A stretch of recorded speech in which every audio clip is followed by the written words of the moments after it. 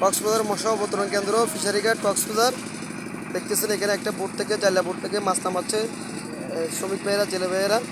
অসাধারণ মাছ এখানে কক্সবাজার ফিশারি ঘাট। আপনারা যারা কক্সবাজার পর্যটক ঘুরতে যাবেন বিশেষ করে এসে ফিশারি ঘাটে আপনারা চাইলে এখানে এসে মাছ ঘাটটা পরিদর্শন করতে পারেন এবং এখান থেকে তারা মাছ কিনে নিয়ে যেতে পারেন। তো এখানে অনেকগুলো ট্রলার ছিল, বিশেষ করে এখন ট্রলার সংখ্যা খুবই কম, তারা সাগর উদ্দেশ্যে রওনা দিয়ে গেছে। তারপরও অনেক ট্রলার আছে ইনশাল্লাহ এখানে।